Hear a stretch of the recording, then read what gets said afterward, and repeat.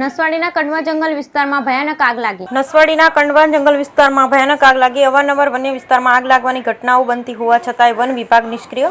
જંગલ વિસ્તારમાં આગ લાગતા લીલા વૃક્ષ સળગ્યા તો જંગલ જમીન પર રહેતા જીવજંતુઓના જીવ ગયા. છોટાઉદેપુર નસવાડી વન વિભાગ વિસ્તારમાં જાગૃતિ અભિયાન ચલાવે તેવી સ્થાનિકોની માંગ. Bureau report Rehan Patel, Chhotaudepur. હા, અવારનવાર આવી જંગલોમાં આગ લાગ્યા કરે છે. ખરેખર વન વિભાગે આની કાળજી રાખવી જોઈએ અને જે તે વ્યક્તિ દ્વારા કોઈ આવી આગ લગાવતા હોય એ આગ ના લગાડવી જોઈએ, કેમ કે આમાં ઘણું બધું નુકસાન થાય છે.